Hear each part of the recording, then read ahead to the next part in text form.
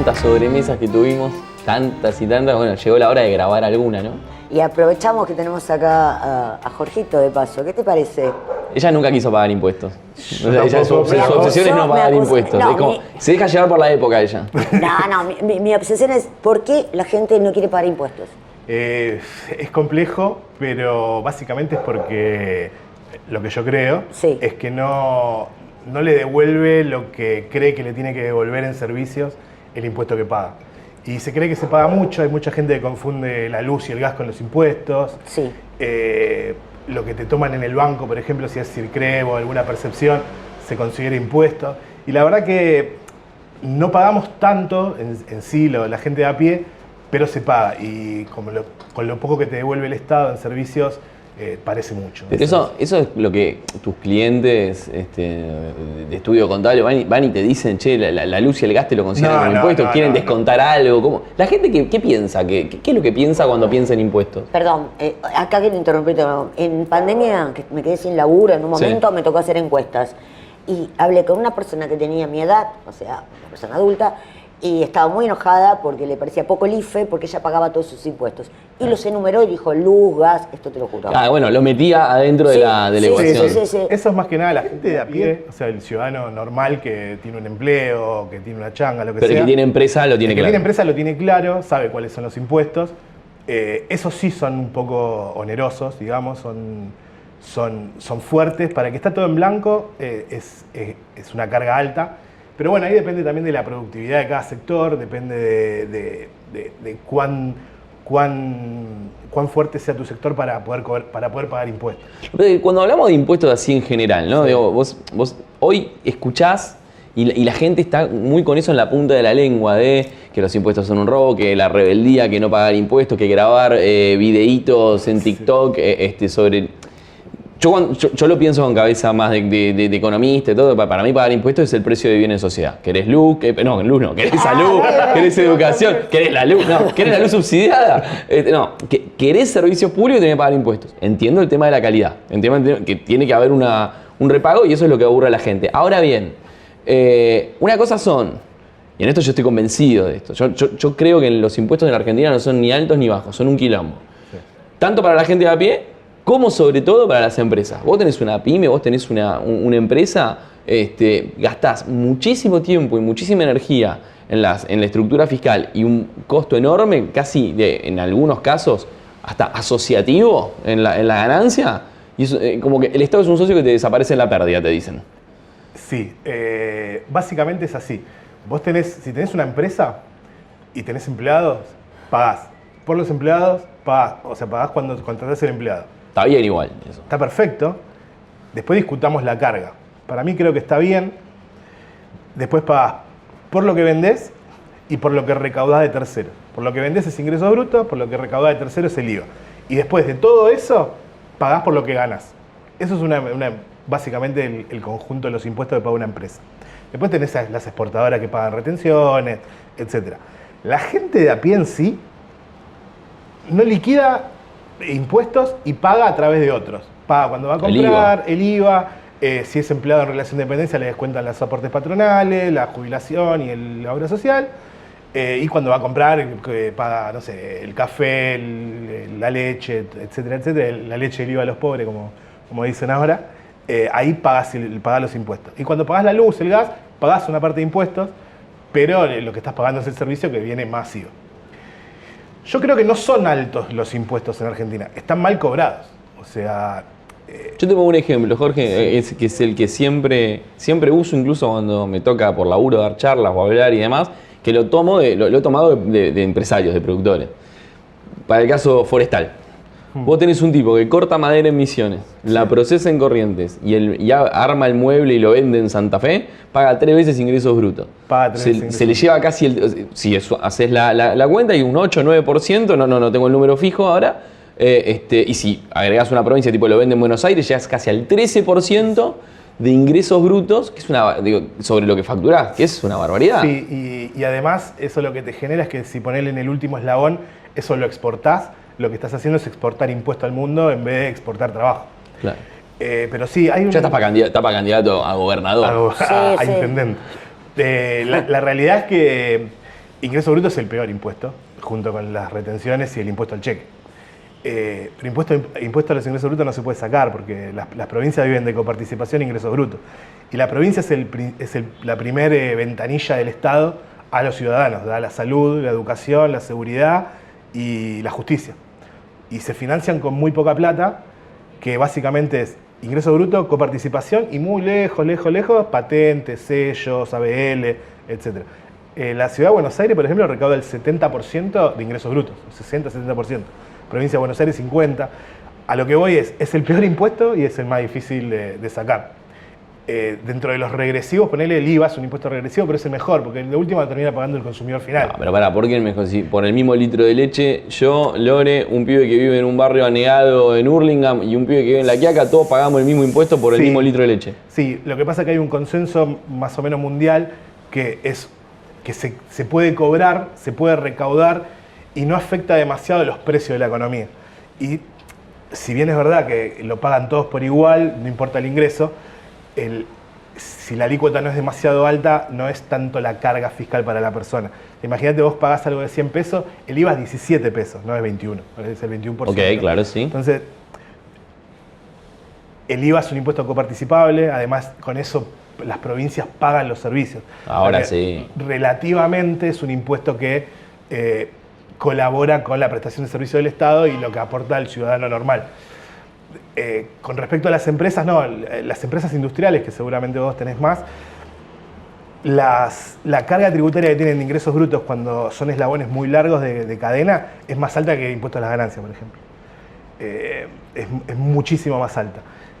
Pues, en general las industrias tienen márgenes más acotados, tienen menos rotación de activos, etc. Te hago una pregunta, ¿hace cuánto laburás? Desde los 19. Yo no estudié para contador público, pero bueno, desde los 19 me dedico a esto, empecé a trabajar en un estudio contable ¿Y en qué momento empezó? Me dijeron que venía un amigo contador. Bueno, no importa. A mí me dijeron que venía un amigo contador. Distinta carrera, pero no. O sea, hicimos asado, Claro.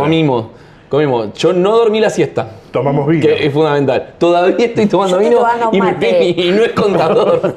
Estás tomando mate y estás tomando vino. Todos juntos. Pero escúchame, ¿en qué momento empezó? Desde que vos empezaste 19, hace 20 años. Y con la digitalización de AFIP.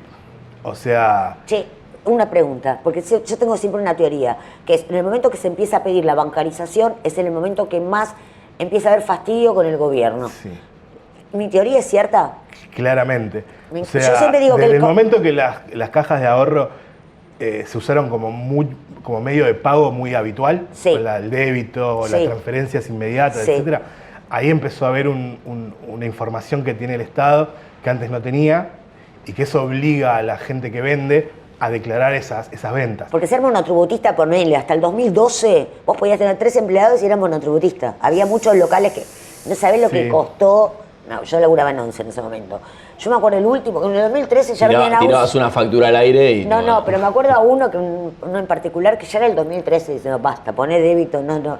Se resistió, pero a un nivel, resistiré que no puede ser. Bueno, trataban lo menos posible porque pasar por débito era entrar en el mundo blanco. Sí, totalmente. Y no querían, los comercios no querían. Bueno, eso pasa creo que pasa a todos los niveles y la falta de incentivos a la formalización, en parte ocurre, bueno, tenés inflación, tenés una economía que sube, baja, no tenés el incentivo, no existe el incentivo para muchos sectores. Te pongo un ejemplo, yo una vez fui a una empresa importante, ¿no? una empresa mediana interesante en la provincia de Misiones, sacaba una foto porque estábamos viendo de una inversioncita que habían hecho. O sea, de acá para acá saca fotos, de acá para acá no, que los tengo a todos en negro. Yo decía, che, si vos tenés gente en negro, pensaba yo por dentro, vos tenés gente en negro, yo no me quiero imaginar el ecosistema. Sí. Digo, y ahí hay algo en donde no es solamente, no es una cuestión de buenos y malos, no es una cuestión que el que quiere eludir o evadir es malo o el que te quiere cobrar es malo, no, sino es una cuestión de tratar de pensar más en lo colectivo que en el primer metro cuadrado individual, pero con el incentivo adelante, que es, che, si vos te formalizás, nosotros cada 5 años, o mejor dicho, todo gobierno tiene derecho a un blanqueo y una moratoria. O sea, apenas arranca, todo, cualquier color político que tenga. Si en lugar de premiar, o mejor dicho, de darle condición diferencial al que no cumplió, empezamos a pensar en una manera de que el pobre Cristo que paga los impuestos y los viene pagando bien, generarle algún tipo de beneficio extra, bueno, ya es dar el incentivo al revés, o sea, empezar a pensar al revés de como venimos pensando hasta ahora, independientemente de quién gobierne. Sí, con respecto a lo del blanqueo que decís, este gobierno, bueno, hizo un blanqueo que es tremendamente malo, o sea, con unos incentivos a tener plata en negro enorme. Que ¿Por qué? ¿A no blanquear o a blanquearla ahora? Y no solo blanquearla ahora, sino blanquear para adelante. Ahora, yo tengo una pregunta. Cuando me hablan de blanqueo y me hablan de los $100.000, o sea, a partir de los $100.000, eso está pensado para gente que tiene mucho más de 100.000. Porque yo pienso en lo siguiente: un empleado de comercio, o un empleado de lo que sea, un obrero, lo que sea, que labura hace 15, 20 años y todos los meses compró su puchito de dólares, con o sin cepo. Compraba o 200, o iba al banco y compraba un remanente, o lo que sea. Y hace una operación, se compra una cochera, se compra su primer departamento, mitad crédito, mitad plata. ¿A ese le hacen la pregunta de dónde sacó la guita? No, en realidad no le hacen la pregunta. Hay algunos montos donde necesitan alguna certificación de contador, de dónde vienen los ingresos, pero no, en general no te hacen la pregunta. De hecho, este gobierno sacó para comprar autos, sacó el tema de la obligatoriedad de cierto monto hacer una declaración jurada. O sea que cuando hablamos de mínimo $100.000, estamos hablando de gente que tiene mucho más y hace una arquitectura de blanqueo. Una familia de cuatro personas que son adultos pueden blanquear $400.000 sin costo. Y en realidad se puede blanquear sin costo si vos la dejás estacionada hasta diciembre del 2025 o enero del 2026. Si vos la sacás, el banco te retiene el 5% en esta etapa, te retiene el 5% del impuestos por arriba de los $100.000. A ver, a lo que voy con esto del blanqueo es que es una mala política para el contribuyente normal, que siempre paga sus impuestos. Te doy el ejemplo del empleado en relación de dependencia. Hoy ganás 2 millones de pesos y te retienen ganancias. Es poca plata lo que te retienen. Pero es totalmente injusto, porque él no tiene forma de evadirla. O sea, no es injusto que no pueda evadirla, es injusto que otro lo pueda evadir y que le das un premio. Sí, sonó, o sea, yo casi llamo a la policía. O sea, es injusto que alguien que tiene la obligatoriedad y no tiene forma de escapar pague un impuesto que es controvertido, que yo estoy de acuerdo con el impuesto a la ganancia, y que venga otro que la juntó en pala, que no pagó sus impuestos en el momento y que le salga 0 pero vamos o 5%. A eso. Quiero hacer un doble clic en eso, porque toda política pública o toda estructura, ya sea los impuestos, la jubilación, cualquier política pública que abarca muchas empresas o muchas personas, tiene criterios de eficiencia, es decir, sirve o no sirve la política, y criterios de la calibración fina, que por ejemplo, es una discusión que siempre tengo con mi madre. Claro, mi madre dice, un montón de gente se jubiló, que nunca aportó, pero que tiene 3 viajes a Disney por año, 4 departamentos. No es lo mismo que la persona que trabajó en negro toda la vida y llegó una moratoria y esa moratoria lo incluye en el sistema de seguridad social. O sea, hay gente que no aportó y gente que no aportó de distinta naturaleza. Obviamente que el que tiene mucho departamento debe ser el 0,4% del total. Con este caso que estamos hablando, me parece que pasa lo mismo. ¿En qué sentido lo digo? Si hablamos de ganancias, vos hablabas recién del impuesto a las ganancias. Los países que nos gustan, vos hace un ratito decías, malos impuestos, del impuesto al cheque, ingresos brutos, retenciones, todos impuestos indirectos. O sea, se cobran a las transacciones. Entonces esas transacciones se ven limitadas, impedidas o lo que sea. Los países que nos gustan cobran impuestos directos. Mucho más impuesto a las ganancias, mucho más impuesto a las personas, a los resultados. Si yo tengo que elegir qué tipo de impuesto quiero, por más impopular que sea, yo apuesto al impuesto a las ganancias. Es más, yo haría que sueldos relativamente bajos paguen muy poquito de ganancias, pero que paguen, o sea, no sé, una cosa ridícula, 2 lucas por mes, pero tenés una base de recaudación muy grande ahí, y el que gana más de X cantidad de palo por mes, sí lo fajo con la alícuota del 35%. Pero no es que no podemos decir que es injusto el pago de ganancias. Siempre va a ser injusto en comparación con el que está blanqueando $500.000 que nunca nadie le preguntó qué. Pero en algún momento el criterio de justicia tiene que complementarse con el criterio de necesito una estructura tributaria que funcione.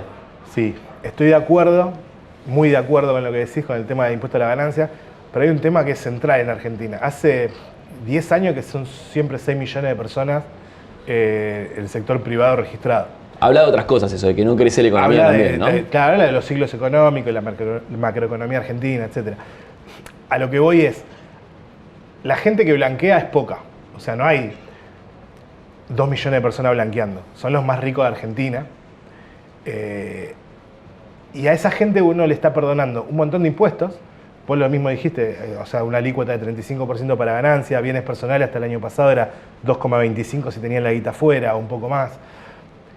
Se le está perdonando mucho por una alícuota del 5% por el total. Ok, está bien. Por eso hablo de la injusticia con el empleado en relación de dependencia, que cobra 2 millones, no tiene nada que deducir, o sea, si toma colectivo para ir a trabajar no lo puede deducir, por ejemplo. Claro. Y un tipo que va y blanquea 6 millones de dólares paga 5%. Es muy poca plata.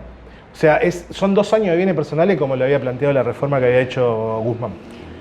Te hago una pregunta, y me voy a poner como abogada del diablo, como una cosa media, porque bueno, 6 millones sí, pero vos decís un tipo que juntó 100.000, 200.000 dólares y lo tenía bajo el colchón. Porque este blanqueo está más hecho a eso que al de Macri, que se sabía que había mucha plata afuera. Esto es como, bueno, tenés 100.000 dólares, metelo en el sistema. La pregunta, que cuando uno dice, bueno, ¿por qué yo blanquearía? ¿No hay una cosa de saltimbanqui económico que vos decís, bueno, junté 100.000 dólares, pero no sé si el año que viene yo voy a volver a tener tanta suerte en la economía como estos 2 años que la junté? Es como el colchón que se hace el independiente. Y recién lo acabas de decir, no crece el trabajo en blanco. No. Entonces, si somos nuestros propios emprendedores y la pegamos, Leandro, la pegamos vendiendo este mate, y decimos, bueno, guardemos esta guita porque por ahí en un año la estamos usando para vivir porque ya está. Digo, sí. Ya, bueno, eso es lo que decíamos hace un rato también del incentivo. Es si yo subo o bajo todo el tiempo. Y no solamente pasa con esto de los impuestos o de la recaudación. También cuando uno habla, viste, de los comercios a la hora de fijar precios. Sí. O a la hora de las empresas a la hora de estoquearse de importaciones. Cuando vos tenés un año en alza, un empresario viene y dice, yo necesito importar un 25% más que el año pasado. Mirá, la economía está creciendo al 8%.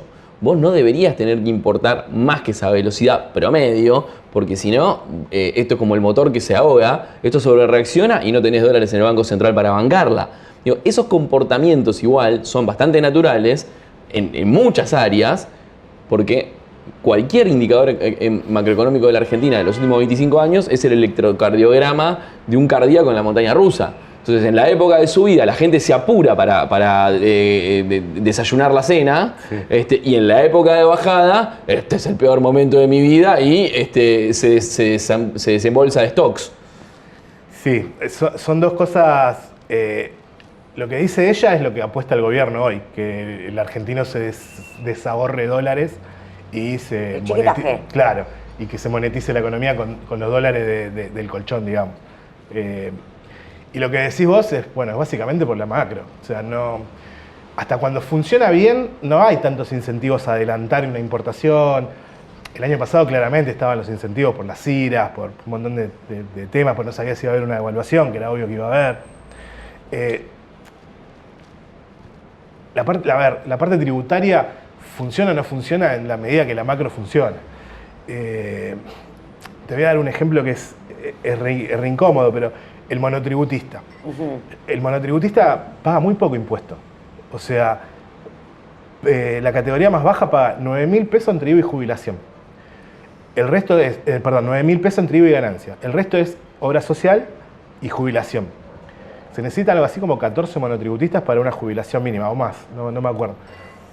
Es realmente muy bajo y eso está aprovechado para negrear gente. Claro. Y ahora este gobierno encima con la reforma de la ley bases lo está blanqueando, digamos, puedes tener 3 colaboradores. Claro, colaboradores sin RT, sin ganancia.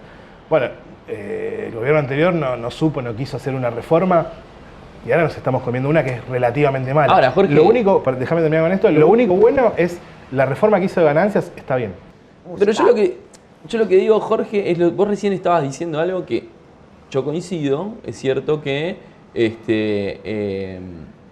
la idea es que se desatesore la gente, la idea que tiene el gobierno es que se desatesore la gente y que esos dólares circulen, sean los ahorros de toda la vida o sean gente que maneja 100.000, 300.000 o 1 millón y pico o lo que sea. Ahora bien, eso es porque el gobierno no tiene capacidad de financiamiento. Es porque el gobierno, antes de asumir, desde noviembre, salió a buscar guita en el extranjero para cubrir las necesidades que tiene, cubrir los problemas que quedaron y demás, nadie le presta plata a la Argentina. Entonces yo cuando veo el panorama es, un Estado se financia de tres maneras, con impuestos, con emisión o con deuda. Deuda no hay, emisión hay una decisión de que eso se controle de manera distinta. Impuestos no querés subir porque el discurso liberal, libertario, por más que después en la ley base quería subir hasta las retenciones, pero con lo cual hoy el financiamiento es que el ahorro privado, que la gente se desatesore, la recesión y el costo de la actividad económica. Eso financia hoy al gobierno. Sí, y de hecho el blanqueo viene un poquito a suplantar eso también, porque si bien no son reservas netas lo que le entra al Banco Central, son reservas líquidas. O sea, cuando el banco recibe los dólares, mete un encaje al Banco Central, y ese encaje, mete un encaje, el banco presta la guita, genera un depósito, y eso se termina siendo reserva líquida del gobierno como para poder intervenir en la brecha, etc. Después se devolverá. Sí, yo opino lo mismo, o sea, el gobierno necesita que la plata salga de algún lado, no tiene forma de financiarse, y de hecho el presupuesto del año que viene también habla de un estancamiento en lo que va a cobrar. Lo que pasa es que ahí caemos en lo que charlábamos al principio, que es lo que hay del otro lado. O sea, la gente claro, no tiene incentivos o le resulta poco simpático pagar impuestos por el servicio que viene adelante. Bueno, sin impuestos o sin realmente estabilizar la ecuación, lo que tenés del otro lado es que te cierran hospitales de salud mental. ¿Cómo van a ser las rutas dentro de 2 años si nadie le está poniendo un mango a la pavimentación? ¿Cómo va a ser el sistema de suministro eléctrico dentro de 18 meses o de 26 meses? Eso para mí son preguntas que hoy son muy pronto para hacerlas porque no forman parte de tu día a día, pero cuando vos ves los números, los discursos y la vocación que está mostrando el gobierno, a mí me tiene realmente preocupado. Aparte, hay un tema ahí cuando vos decís lo de las obras públicas. Vos fíjate una cosa, que el tema de cobrar impuestos, no sé si te pasa, cobrar impuestos implicaría que es para mejorar infraestructura. Y creo que entre cobrar, porque la última encuesta de Banoli es interesantísima. La gente cree en la educación pública. Banoli. Sí. Cree en la educación pública, cree en la salud pública, pero no cree en pagar impuestos. Entonces ahí se arma, como decir, pero ¿cómo? ¿Crees en esto y no crees en aquello?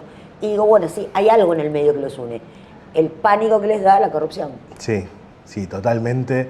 O sea, pero no quiero pagar impuestos para que se lo lleve Jorge, que es un político.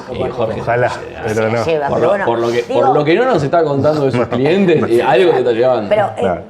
algo pasa de eso, que se cree que a la ruta no llega y que llega a Jorge.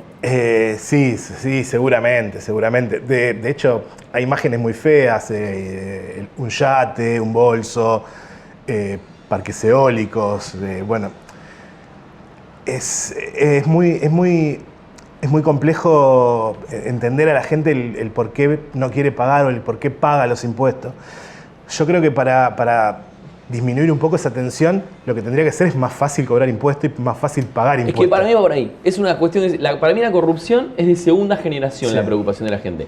La primera es el quilombo que implica pagar impuestos. Por ejemplo, me ha pasado, yo pasé el año pasado de monotributista responsable inscripto por dos facturas que llegaron mucho, juntas hermano. de un paper que estábamos escribiendo para un organismo y demás. Es lo peor que te puede pasar en la vida. Ahora tenés que estar calculando y recalculando. O sea, algo que no era una preocupación pasa a ser una preocupación. Yo tengo la bendición de que soy empleado en relación de dependencia de que tengo 17 años, pero no me quiero imaginar el que tiene un emprendimiento, pasa de esa manera, se le descuajeringan no solamente los números, sino la virtud del día a día y al mismo tiempo tenés todo este discurso individualista, poco colectivo, con la corrupción en el centro, que abreva en que no estemos pensando en el sistema, que estemos pensando en qué me enoja y qué no me enoja. Y para pensar en qué me enoja y qué no me enoja está la escuela secundaria, digo. Pero a él le debe pasar, porque él tiene cuentas, lo sabe, que uno de los conflictos cuando vos tenés un comercio y entrás a pagar IVA, es que vos competís con la mitad de la economía negro. Total. Entonces, vos tenés un local y a vos te dicen, bueno, vos dejás de ser monotributista, ponele, que fue lo que pasó en el 2010. Y ahora tenés que aceptar tarjeta, se te encarece todo. Los bancos te agarran, te comen de acá, te comen de allá. Entonces, vos te encontrás con toda una estructura y ves que enfrente hay uno que lo está haciendo todo en negro y que ahí agarra guita. Y que sabes que dice, bueno, me da lo mismo el hospital porque sabes que yo tengo la guita para pagarme el médico cuando lo necesito. Empieza a surgir una situación de individualismo impresionante. Yo no la juzgo, digo, es lo que pasa. Cuando vos ves cómo Que no es querés- solo hacia arriba, es hacia el que tenés enfrente, que vos haces A y lo haces bien, y el otro está haciendo B y está haciendo y todo vos ves que el otro se descuajeringado. cambió el auto y decís, uy, ayer soy una marmota, Claro, quiero volver a ser bien. monotributista. Sí. Digo, no sé si te pasa con tus clientes. Sí, obvio. O sea, ser responsable inscripto después de ser monotributista es lo peor que te puede pasar. Te pido, lo lamento mucho por lo que te Mirá, acaba de mirá cómo pasar. me quiere vender, ¿viste? No, Porque pero a ver. No facturo tanto, Jorge, soy No, no empleado. importa, no importa. Pero ya el hecho, ya te necesitas un contador, por ejemplo, salvo que Tengo. te des maña, igual lo podés hacer. Pero tenés que pasar a liquidar ganancias una vez por año. La carga fiscal de ganancias es alta, sobre todo para un profesional independiente. No tiene gastos. Un profesional independiente no tiene gastos. O sea, lo que factura paga sobre eso, esa es su ganancia. Entonces, por ahí llega una alícuota Sí, del yo 30%. No puedo ni pasar ni nafta porque no tengo auto, no tengo claro, casa, o sea, no tengo empleado. Tenés pocas deducciones. Tengo perro. Puedo pasar Bueno, el perro. el doggy, pero. Apolo.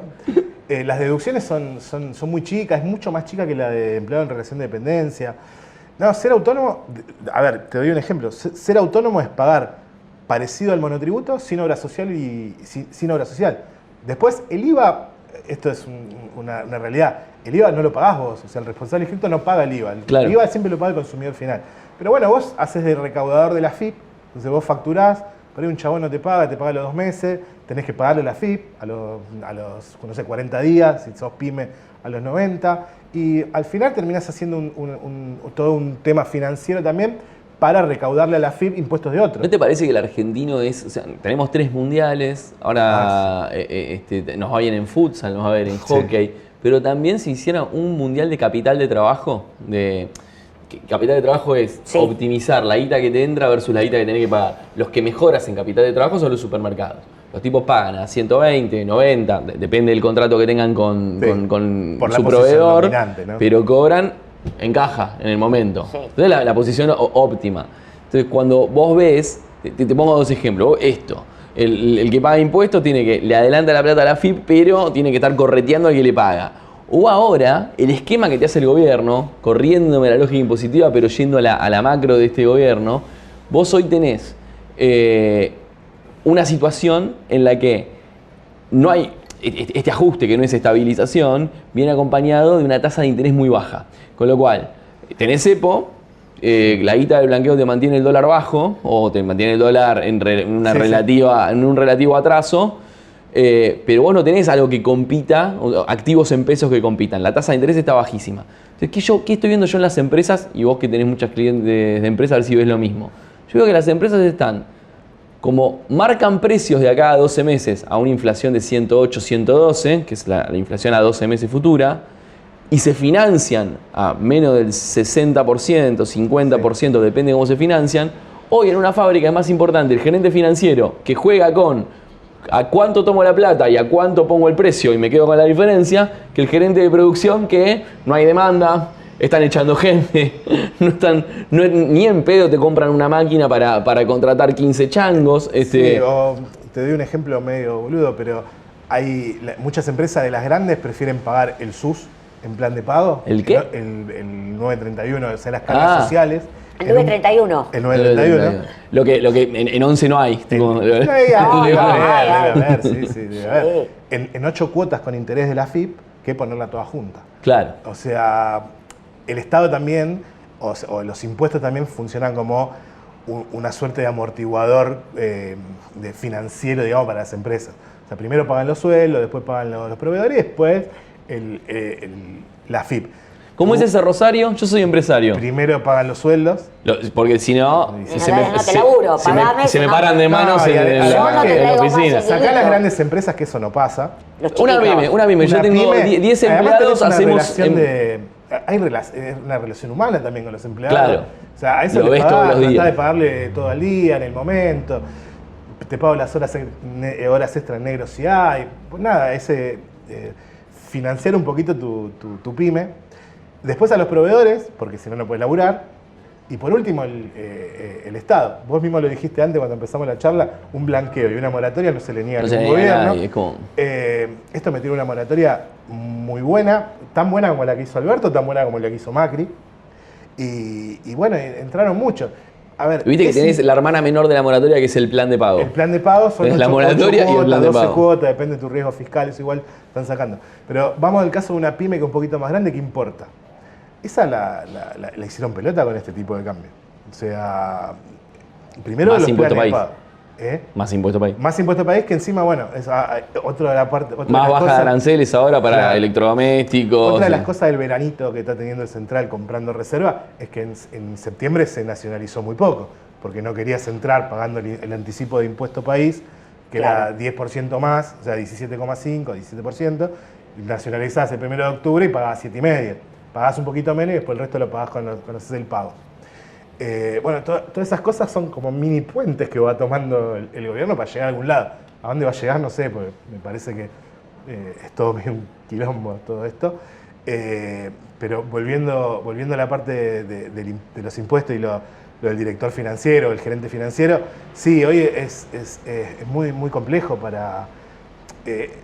no pagan demasiada cantidad de impuestos las pymes, pagan 6, 7, 8, dependiendo. Justo 6, 7, 8. Claro, mira, Hoy, Hoy. en la FIP.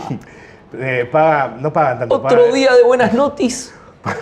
Pagan el SUS, pagan ingresos brutos, retenciones de ganancia, algunos que son agentes de retención de IVA y no mucho más. Ahora, en esa carrera por la plata, digo, en esta cosa de cuánto me quedo, cuánto voy a pagar, cuánto me ahorro, cuánto dejo para dentro de 12 meses, yo no puedo dejar de establecer ese paralelismo con lo que vemos que culturalmente permea cada vez más, sobre todo en los más pibes, de hacete la guita fácil, vení que si haces un curso de trading y un curso de salís arando el auto en 2 meses, mirá qué lindo, ¿querés vivir así? Un pibe que alquiló una habitación en el Hilton con guita que no tenía, que pidió prestada y te invita a vivir como él. Toda esa cultura del dinero ya es un poco que se traslada esa ansiedad. Hay una ansiedad por el dinero en este presente, que me parece que se ve acá y que también se ve en el juego, en la guita fácil, en pibes de 16 años que creen que pueden ser expertos en consejos financieros. No sé, me cuesta establecer el puente, pero creo que hay un hilo que los une. Y encima tenés algo que es las redes, que es donde la vida es absolutamente perfecta, entonces vos querés esa vida perfecta. O sea, hace 40 años atrás, la vida perfecta podía ser la de tu abuelo, 50 años atrás, tu abuelo, tu papá, tu abuelo había hecho una fábrica, o sea, vengo de una familia textil, mi abuelo, la fábrica, había laburado toda la vida. El Estado los protegió toda la vida a ustedes. No, bueno, no importa, a mi abuelo lo agarra Martínez Dios en el 79, uno tiene esas fotos, pero de un tipo que se levantaba a las 5 de la mañana para ir a laburar, y que había tenido su casita y todo. Hoy no es la vida que quieren los pibes, nadie quiere a 40 años, porque ni siquiera tienen... Mi abuelo pensaba en dejarle algo a sus hijos, a sus nietos.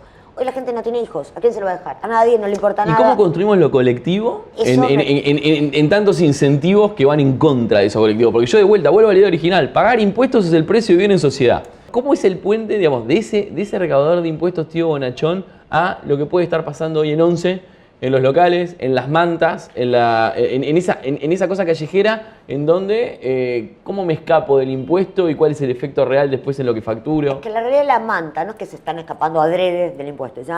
El tema es carísimos son los alquileres.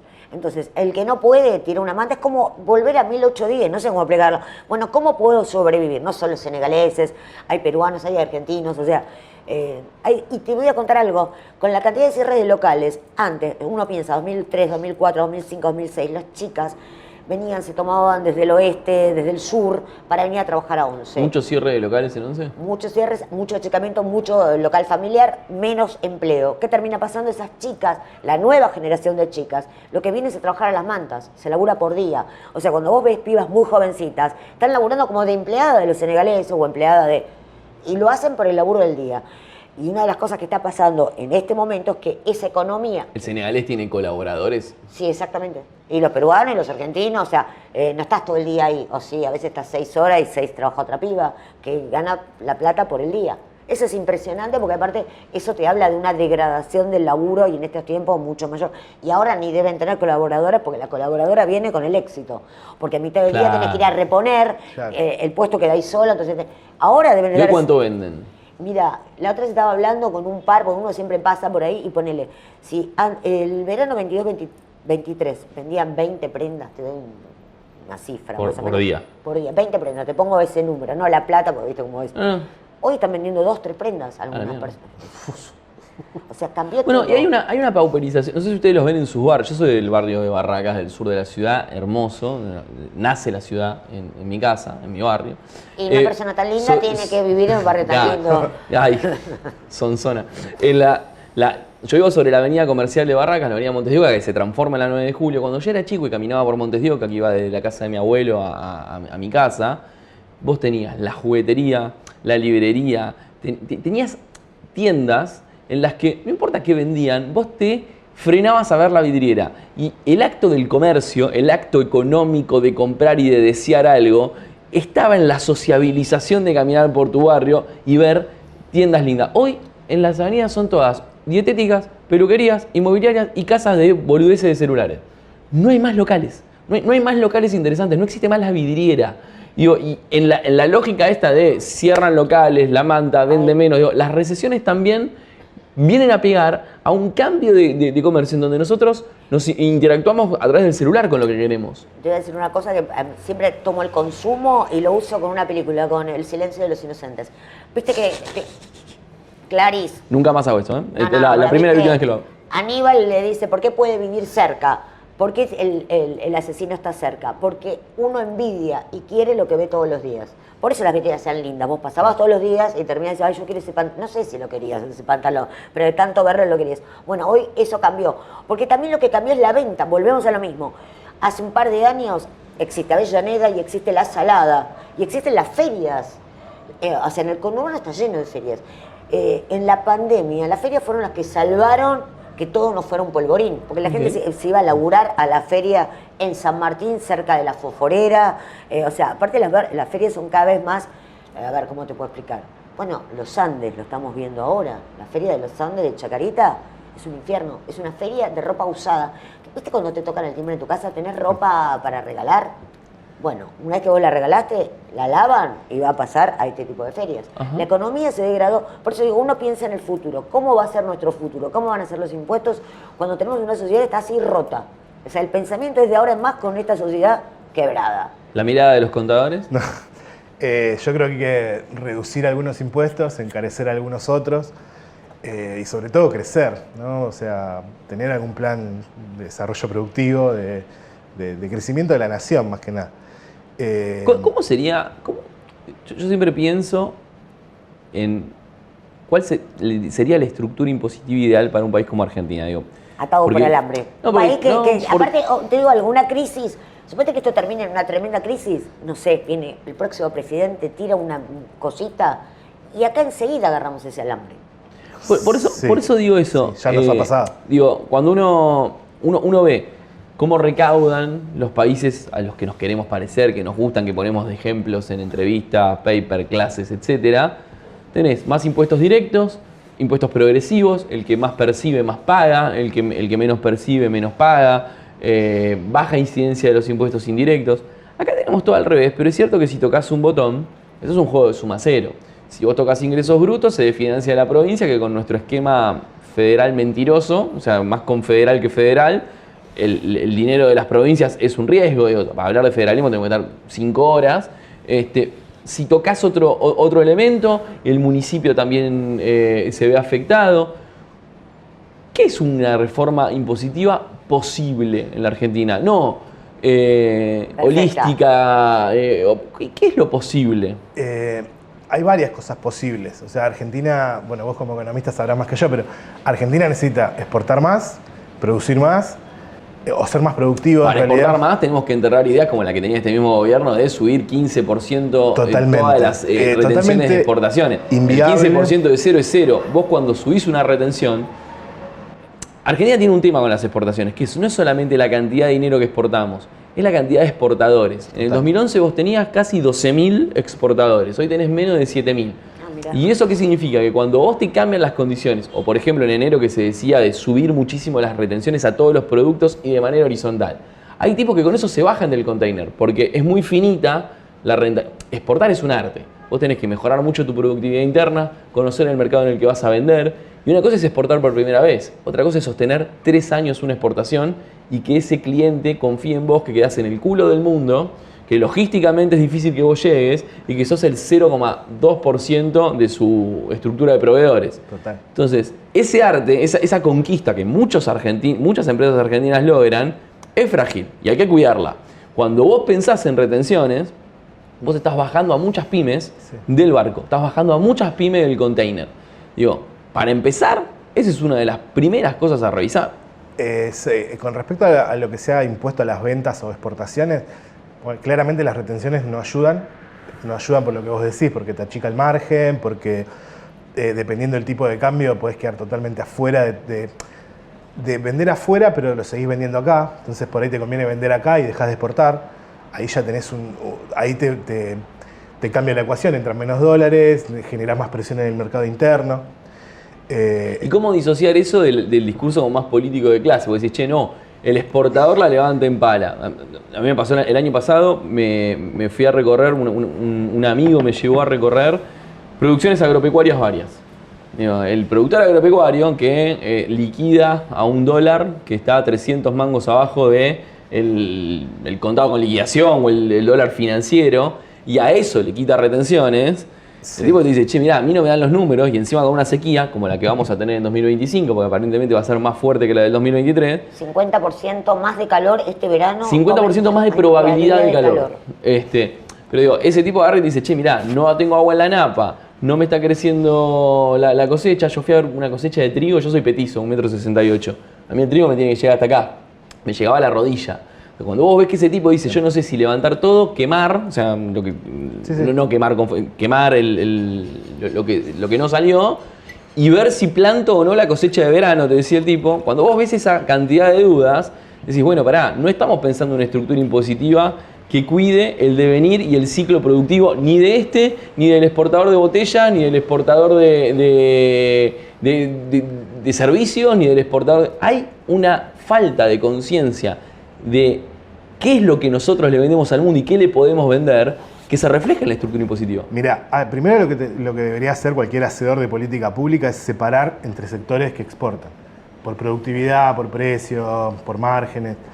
Es claro que la pampa húmeda tiene una alta productividad, es así. Lo que no podés hacer es ser socio en la ganancia y socio en la pérdida. O sea, tenés que ser socio en la pérdida. Por eso yo cuando hablan de retenciones no importa el precio que valga, no importa cuáles fueron sus costos, es siempre el mismo importe.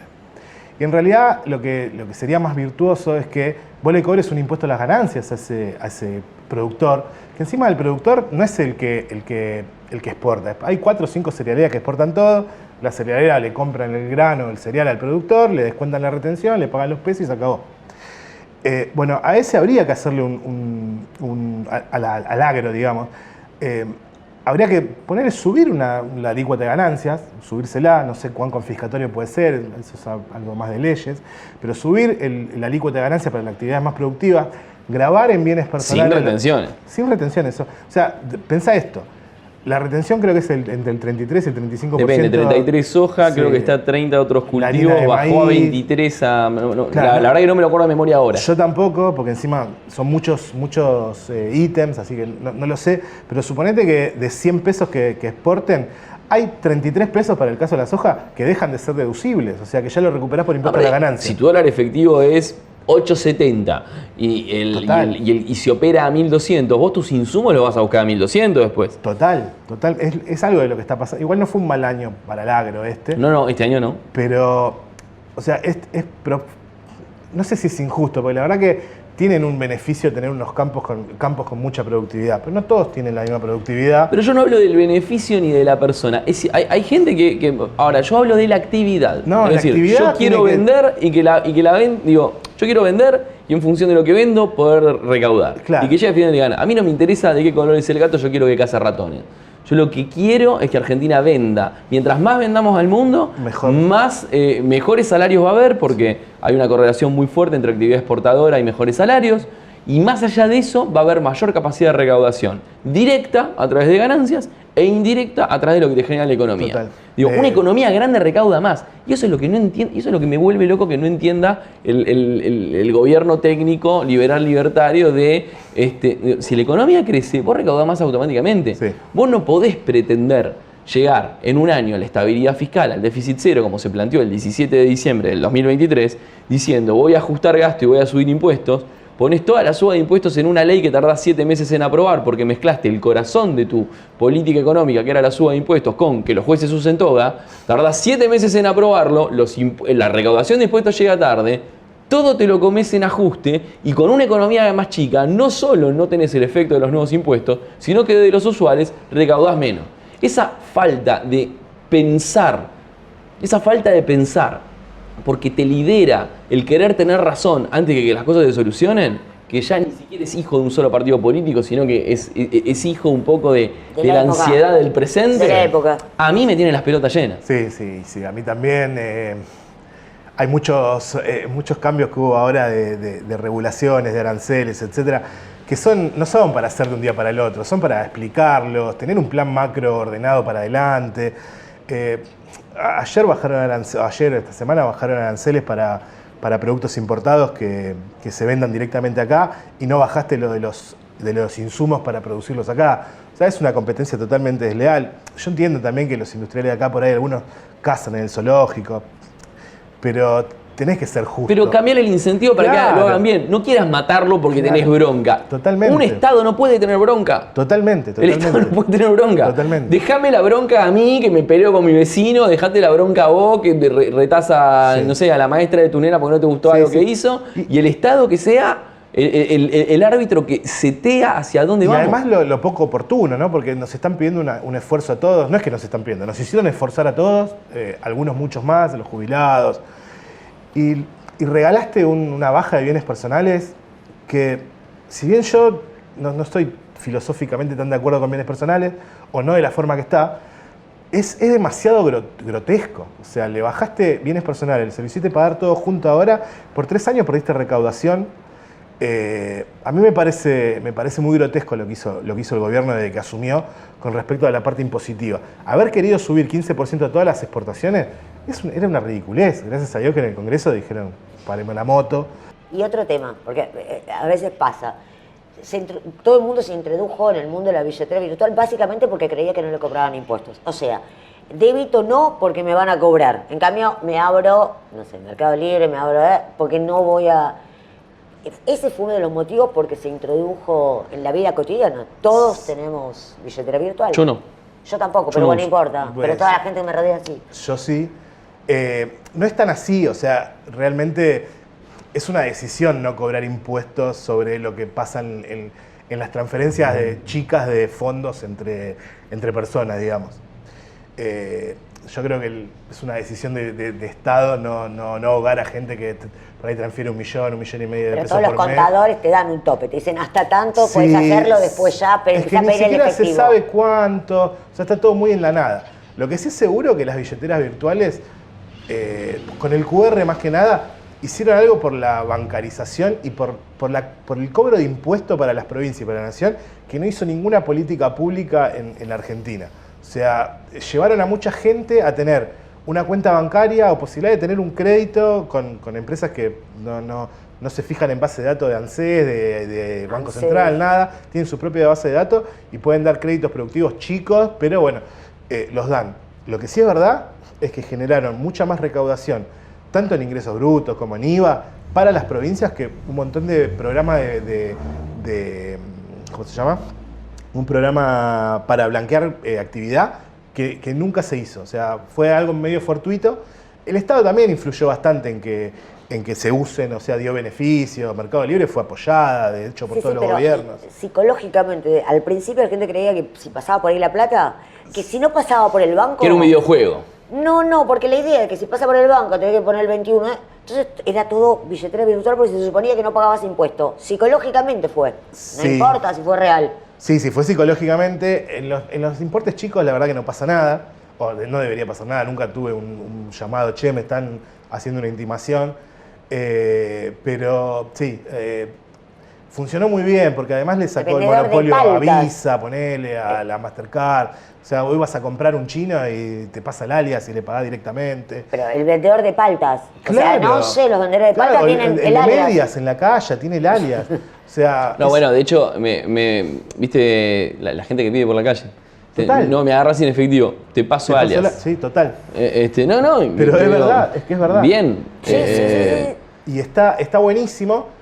Va, bien, está pidiendo en la calle, tendría que. Sí, ya sé, es un problema, un error, no estoy diciendo que. No. Lo que digo es cómo cambia la vida del día a día, a eso me refiero. Sí, yo lo veo que fue una revolución para Argentina. Debemos ser de los países más avanzados en el uso de ese tipo de billeteras. ¿Hijo de la inflación? Hijo de la inflación, porque en un momento las billeteras... No puedes ir a andar con tanto sencillo encima. Claro.